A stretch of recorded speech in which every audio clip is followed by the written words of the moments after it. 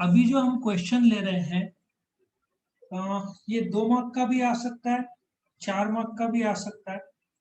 4 concept अभी हम सीखेंगे जिसको हम एक्सपांशन, कॉन्ट्रैक्शन, इंक्रीज और डिक्रीज बोलेंगे। ठीक है, expansion of demand, contraction of demand, increase in demand और डिक्रीज इन डिमांड। ऐसे 4 कंसेप्ट विद ग्राफ सीखेंगे। बहुत इजी है और इसमें तुम्हारे इंडिविजुअल लेवल पे 4 शॉर्ट नोट और डिस्टिंग्विश मतलब 7-8 क्वेश्चन एक साथ तुम्हारा हो जाएगा। So let us come to first, expansion of demand. Now सबसे पहले तुमको समझना पड़ेगा कंसेप्ट वेरिएशन इन डिमांड।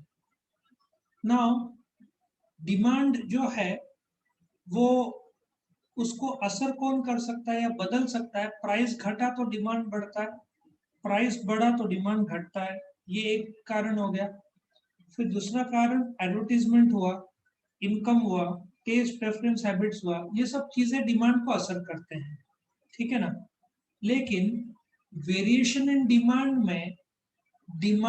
में जो बदलाव आता है वो सिर्फ एक कारण से आएगा, दैट इज प्राइस। प्राइस छोड़कर जो दूसरे फैक्टर्स मैंने बताया जैसे कि एडवर्टीजमेंट, ये सब डिमांड को असर नहीं करेंगे। सिर्फ एक चीज डिमांड को असर करेगा, अंडर एजम्पशन कि एक ही चीज असर करेगा, उसको वेरिएशन इन डिमांड बोलते हैं। जो वेरिएशन इन डिमांड है उसके 2 भाग होते हैं, ठीक है ना। वेरिएशन इन डिमांड को 2 पार्ट्स में बांटा जाता है।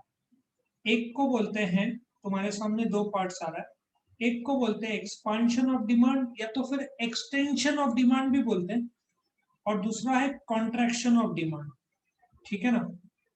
और ये क्यों होता है बदलाव डिमांड में? प्राइस के बदलने से।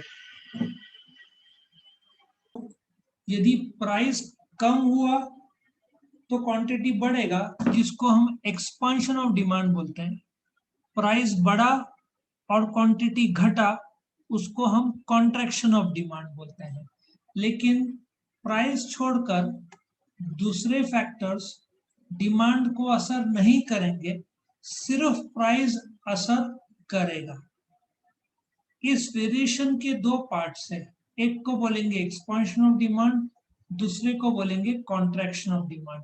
हम पहला एक्सपांशन ऑफ डिमांड का ग्राफ देखेंगे। तुम क्या करोगे, ये पूरा एक बार देख लोगे, ठीक है, उसके बाद तुम खुद से ग्राफ ड्रॉ करोगे। So let us see, expansion of demand में हमेशा पहले एल शेप ड्राइंग करने का, एक्स एक्सिस और यहाँ पे वाई एक्सिस होगा, ठीक है। पहले ये ड्रॉ करने का, जैसे मैंने ड्रॉ किया सेम तुम रजिस्टर में करोगे। एक्स एक्सिस ये पॉइंट ऑफ ओरिजिन ओ, ये तुम्हारा वाई एक्सिस। एक्स एक्सिस को क्वांटिटी डिमांडेड बोलते हैं, वाई एक्सिस को प्राइस बोलते हैं। नाउ लेट अस एज्यूम जो वाई एक्सिस में original price is OP, that can be anything, original quantity is OQ. So OP price में ओक्यू क्वांटिटी बिक रहा है या डिमांड हो रहा है। ऐसे सोचो, 5 रुपए में तुम 10 कैडबरी डिमांड करते हो।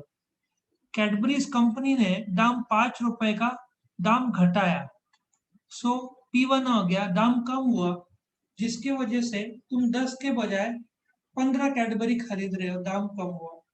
सो तुम देखो, OP is the original price, OQ is the original quantity, price is reduced from OP to OP1, therefore quantity has been expanded from OQ to OQ1। ये तुम्हारा डिमांड कर्व है, DD जिसको बोलेंगे, ये तुम्हारा डिमांड कर्व कहलाएगा, DD, which is nothing but the demand curve, ठीक है। सो तुम नोट करो, ये इक्विलिब्रियम पॉइंट है E और E। इक्विलिब्रियम पॉइंट किसको बोलते हैं? जब 5 रुपए में 10 कैडबरी तुम खरीद डिमांड कर रहे थे तो यहाँ पे सेटल हो रहा था, लेकिन जब दाम घटा तो इक्विलिब्रियम पॉइंट नीचे आ गया, ठीक है ना। E से E1 में आ गया। इक्विलिब्रियम पॉइंट सेम लाइन में या सेम स्लोप में, सेम कर्व में ऊपर से नीचे आया। So what is expansion of demand? When the price falls, ठीक है, क्वांटिटी एक्सपांड्स। क्या सबको समझ में आया कंसेप्ट, यस और नो? मैं तुमको 2 मिनट दे रहा हूँ, क्विकली ये लोग क्विकली ड्रॉ करो। जो लोग वीडियो देख रहे हैं स्क्रीन पॉज करके तुम ड्रॉ करोगे, ठीक है। यहाँ पे अपना एक्सपेंशन ऑफ डिमांड खत्म होता है।